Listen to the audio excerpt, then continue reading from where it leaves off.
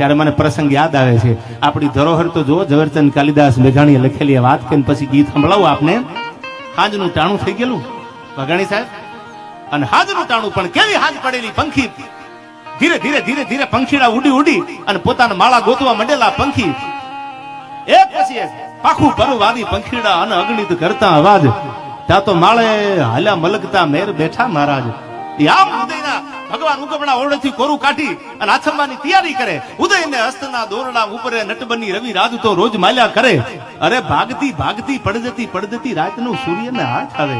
અરે કર્મવાદી બધા કર્મ કરતા રહે એમને ઊંઘું કેમ ફાવે. અને આવો સૂરજ ઉગીને આસવાની તૈયારી થઈ ગયેલી. સાંભળજો આપણી ધરોહર કેવી છે, આપણી વાતો કેવી છે. આયા આવું સાંભળવા માટે આપણે આ ડાયરો કર્યો છે. બાકી આમાં કેટલાય રૂપિયા વાળા ધારત નો મુંબઈ બિયર બાર માં જઈને ઢીંચક કરી આવે, પણ સુખા મટાણા બેઠા છે કે વાતું જૂની ન થઈ જાય એટલા માટે. કેવી વાતો હતી. આજ મારી તમારી હગી બેન હોય તો કદાચ આપણે એના માટે ગમે એ કરીએ, એમાં નવાઈ નથી. આપણી બેન છે, કાકાની દીકરી હોય, કુટુંબમાં કોઈ બેન હોય તો આપણે એના માટે દીગુભા કંઈક કરીએ. પણ આ પ્રસંગ મેઘાણીનો મન ગમે છે એટલા માટે સાંભળવું જોઈએ. આજની દીકરીઓને વાત સાંભળીને ગૌરવ થાય. શું આવા માણસો હશે, આવી વાતો આપણી ધરોહરમાં છે. મેઘાણી ઝવેરચંદ લખે છે, ખાંજનું ટાણું થઈ ગયેલું. ધીરે ધીરે ધીરે ધીરે સંધ્યા ભગવાન હુરદારા નંદાદેવના ઓરડે દૂધના કટોરા પીવા જવાની તૈયારી કરે. પણ કેવી સંધ્યા કે પાખું પરવારી પંખીડા અગણિત કરતા અવાજ. તા તો માળે હાલ્યા મલગતા મેર બેઠા મહારાજ. ભમક ઝાલર ભાગની પ્રેમાળ કાને જ્યાં પડી હુરને હૈયા અનુસંગી થનક થનક થનથની. અરે મળવા પતિને બની ઠની મહારાજ બેઠા મેર હેઠા. અને આમ સંધ્યા નાવતી ધીરે ધીરે સંધ્યા થઈ ગઈ. એમાં એક માણસ આગળ હાલ્યો જાય, હાકડો કેળો છે, અને એક જગતબા જેવી દીકરી પાછળ હાલી આવે. બે નાડાવાનો બેનો ફેર સડાપ સડાપ સડાપ સડાપ હાલ્યા આવે. હવે તેથી આટલા વાહન વ્યવહાર નહીં, તેવો આવો જમાનો નહીં. આગળ પુરુષ અને પાછળ સ્ત્રી, એટલે એમ કેતા હતા પતિ પત્ની હોય, અને આગળ સ્ત્રી હોય પાછળ પુરુષ હોય તો આપણા વડીલો એમ કેતા કે ભાઈ બેન હશે. અને આવી રીતે બે જણા હાલ્યા આવે. હાકડી કેડી, હાકડો માર્ગ, અને હાલતા હાલતા નેવાળાના માર્ગે હાલ્યા આવે. હાથ પડી ગઈ, દી જળવજળ થઈ ગયો. એમાં રામજી મંદિર આવું બન્યું ને, એવું રામજી મંદિરના ઓટલે વડીલો બેઠેલા. એને જોયું ખાન પડી ગઈ છે, બેન ભેળા છે, અને આ ભાઈ આગળ હાલ્યા જાય છે. તો લાઈને રામ રામ કરીને રોકાય તો રોકી લે, કારણ કે આગળ રસ્તામાં લૂંટારા આડા ફરે, બીજું ત્રીજું. એટલે કીધું બાપા રામ રામ. એટલે સામેથી અવાજ આવ્યો, ફાટલ તૂટલ મ્યાનવાળી તરવાર, કે રામ રામ. ક્યાં જાઉં? તો ફલાણા ફલાણા ગામ જાઉં. એટલે કીધું બાપા દી જળવજળ થઈ ગયો છે, રોકાઈ જાવ ને. પેલા તો આવો વિવેક હતો, હવે તો આ બધું લુપ્ત થતું જાય છે. એ કે બાપા રોકાઈ જાવ, ભલે અમારે તમારે આંખની ઓળખાણ નથી, પણ બેન ભેળા છે આયા. તમારે 2-5 ગામનો પલ્લો કાપવો છે, મોડું થઈ જાય છે. રામ રામ કર્યા કે બાપા રોકાઈ જાવ. બીજી વાર કીધું, કોઈ વડીલ હતા ને કીધું બાપા રોકો ને, બેન ભેળા છે. બીજી વાર કીધું બાપા રોકાઈ જાવ. અને વાળું પાણી કરીને રોકાઈ જાવ. સવારમાં પ્રાગડના દોરા ફૂટે ને સૂરજ ઉગે, મોં હુજનું થાય ને પછી નીકળજો અહીંયા. પણ ત્યાં તો ઓરડમાંથી જવા દે. વાઘાણી સાહેબ અભિમાન હતું માણસને. આને તો વિવેક કર્યો, બાપા રોકાઈ જાવ. પણ આને જવાબ એવો આપ્યો કે કાંડાના બળે ગામતરા કરવા નીકળ્યો છું, ઉપાધિ કરતા નહીં. સાલું આ તો ધર્મ કરતા ધાડ પડી. આપ તો એમ છું વડીલો ને આપણે એમ કઈક બાપા રોકાઈ જાવ, બેન ભેળા છે, સ્ત્રી ભેળા છે, તો તકલીફ ન પડે એટલે. અને આને તો એમ કીધું કાંડાના બળે ગામતરા કરવા નીકળ્યો છું, ઉપાધિ કરો માં. એટલે શું બોલવું હવે કે ભલે બાપા આરામ તમારા રખોપા કરે એટલું કઈ. વડીલો તો બેઠા, હાન પડી એટલે એ તો હવના ઘરે વી ગયા. પણ એક નાડાવા, બે નાડાવા, એક ખેતરવા, બે ખેતરવા જે હાલ્યા, ત્યાં તો 14-15 લૂંટારા આડા ફેર્યા ભાઈ. પણ એ લૂંટારા આડા ફેર્યા ને એ પેલાનો પ્રસંગ તમને કહું. આ મેઘાણીએ વાતું ગોતી છે. એ બે માણા હાલ્યા છે, હાલતા હાલતા હાલતા હાલતા અંધારું થઈ ગયું. વાઘાણી સાહેબ પાછળ એક ઘૂઘરાનો અવાજ આવે છે. એટલે બેને આમ વળાંકો કર્યો, અટાણે અંધારે કોનો અવાજ આવે? ઘૂઘરા વાગતા આવે, ઠણંગ ઠણંગ ઠણંગ ઘૂઘરા વાગતા આવે.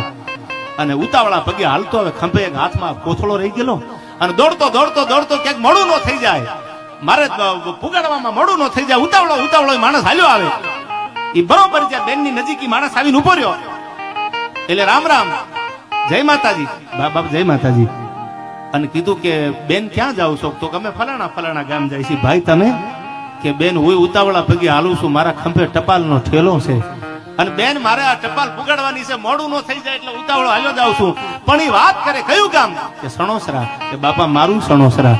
અરે તો મારા પિયર ના છો તમે? કે હા તમે મારા બેન છો. સણોસરા નું નામ દીધું. બાપા મારા પિયર ના કહેવાય? તો તમે મારા બેન છો. તો હા બેન થાવ. આપણે તો એ સમય હતો ગામના નાતે, પછી કોઈ પણ ની દીકરી હોય, ગામનો યુવાન હોય, એમ કહેતા બાપા મારી બેન છે. નીકળી ગયા હાલતા હાલતા, અને પછી ભેળો થઈ ગયો. કયું ગામ? કે સણોસરા. તો કે મારું સણોસરા. કે તો ગામના નાતે તમે મારા બેન થાવ. અરે બેન, આ બે વાઘાણી સાહેબ વાતું કરે ને તા આગળ હાલ્યા જતા પુરુષે આમ કરડી નજર કરી. વાત તો સમજાઈ જાય. કરડી નજર કરીને આમ નજર કરી અને કરડી નજર જ્યાં કરી અને હવે હા પડજો આ વાત. આમ કરડી નજર કરીને આમ કીધું, પણ ત્યાં તો બેન ને એમ થઈ ગયું જીથરભાઈ કે હવે કદાચ ટપાલીને એમ થયું કે અમને ગમતી વાત નથી, એટલે એને છેટું પાડી દીધું, હાલવાનું ઓછું કરી દીધું.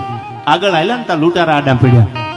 જે વાત કરતા હતા ને કાંડાના બળે હું ગામતરા કરવા નીકળ્યો છું, એને તો પકડી લીધો, બાંધી દીધો અને પછી ઓલી બેન ને કીધું કે તારું ઘરેણું ઉતારી દે. હા પણ જો ભારતની ધરોહર જો હાલતા હાલતા હાલતા રસ્તામાં ખાલી બેન કીધી કે તમે તો મારા બેન થાવ, કે આ તું મારો ભાઈ થા, જીભનો માનેલો ભાઈ, ગામના છો, મારી બેન છો તું. આ આપણી પરંપરા છે.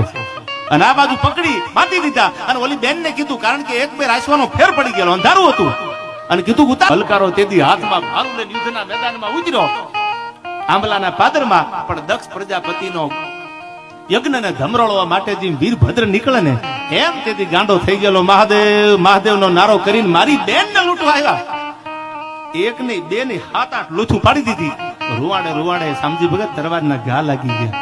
અને પછી ઓલે આવીને કીધું કે હાલો બાપા. ત્યારે ઓલી દીકરી બોલી, કેળામાં હાલી જતી ને એ બેન બોલી કે તમારે જવું હોય તો તમે વયા જાઓ, પણ રસ્તામાં ખાલી 1 મિનિટની મુલાકાત થાય અને મને ભાઈ, મેં ભાઈ માન્યો, એને મને બેન માની લીધી, અને 1-2 ઘડીની ખાલી ભાઈ બેન ની વાતમાં મારા હાટું ખોળિયું ખાલી કરી દે, એની લાશને રોડે મૂકીને રસ્તામાં મૂકીને આવું ને તો મારી જનેતાનું ધાવણ લાજે. હવે મારાથી ડગલું ભરાય નહીં. સાહેબ, આ ભાઈ બેન ના નાતા હતા, આ ભાઈ બેન ના પ્રેમ હતા આપણા. આવી વાતો સાંભળો આપણા ડાયરા કરી છે. અને તેથી જટાભાઈ નું એ સબ પડેલું અડધી રાત જામી ગયેલી. પછી તો લૂંટારા ભાગી ગયા, પણ સાહેબ ટપાલનો ઠેલો ટપાલના ઠેલાકાને પડ્યો રહ્યો. જટાભાઈ નો પ્રાણ પંખીડું ઉડી ગયું અને નક્કી કર્યું ખવારમાં દી ઉગે ને પછી મારા ભાઈ નું માથું ખોળામાં મૂકીને હું સતી થઈ જાય, હું ચિતામાં એના ભેળી હળગી જાય, પણ મારે હવે ખેડામાં આગળ નથી હાલવું.